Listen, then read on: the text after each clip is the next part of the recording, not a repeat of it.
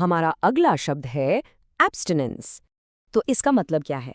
देखिए, एब्स्टिनेंस का मतलब है किसी ऐसी चीज से जानबूझकर दूर रहना या परहेज करना जो आपको पसंद है या आप इंजॉय करते हैं।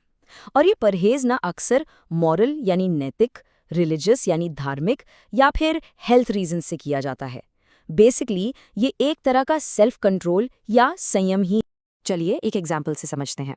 सेंटेंस है, the doctor recommended total abstinence from junk food to improve his health. तो इसका सीधा सा मतलब है कि डॉक्टर ने उसकी हेल्थ सुधारने के लिए जंक फूड से पूरी तरह टोटली परहेज करने की सलाह दी। यहाँ जैसा कि आप देख सकते हैं, एब्स्टिनेंस का यूज हेल्थ रीजन से परहेज करने के लिए हुआ है। अब एक और एग्जाम्पल देखते हैं थोड़ा अलग कॉन्टेक्स्ट में।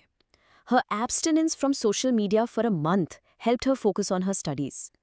यहाँ इसका मतलब है कि 1 महीने तक सोशल मीडिया से दूरी बनाने से यानी परहेज करने से उसे अपनी स्टडीज पर फोकस करने में काफ़ी हेल्प मिली।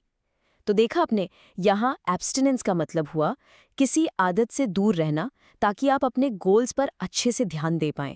चलिए अब एक आखिरी एग्जाम्पल देखते हैं जो एक स्पिरिचुअल यानी आध्यात्मिक कॉन्टेक्स्ट से जुड़ा है। The monks practise abstinence from worldly pleasures as part of their spiritual discipline. इसका मतलब है कि जो साधुगण होते हैं वो अपने स्पिरिचुअल डिसिप्लिन के हिस्से के तौर पर सांसारिक सुखों से परहेज करते हैं। तो यहाँ एब्स्टिनेंस का मतलब हुआ त्याग या संयम जो रिलीजियस रीजन से किया जा रहा है। और पता है, ये शब्द सिर्फ आम बोलचाल में ही नहीं बल्कि बड़े बड़े थिंकर्स भी इसका इस्तेमाल करते हैं। जैसे सेंट ऑगस्टिन का एक बहुत ही फेमस कोट है, complete abstinence is easier than perfect moderation. इसका मतलब बड़ा गहरा है। वो कहते हैं कि किसी चीज को पूरी तरह से छोड़ देना उसे कंट्रोल करके थोड़ा थोड़ा करने से कहीं ज्यादा आसान होता है। सोचो कितनी सही बात है।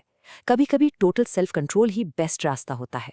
तो चलिए इस शब्द को और बेहतर समझने के लिए इसके कुछ सिनोनिम्स और एंटोनिम्स पर भी एक नजर डाल लेते हैं। सिनोनिम्स यानी समानार्थी शब्द जिनसे इसका मीनिंग और क्लियर हो जाता है वो है self control, self restraint, temperance और सोब्राइटी। और अब आते हैं इसके एंटोनिम्स पर, यानी इसके ऑपोजिट, इसके विलोम शब्द। वो है इंडल्जेंस, एक्सेस, सेल्फ इंडल्जेंस और ग्रीडीनेस।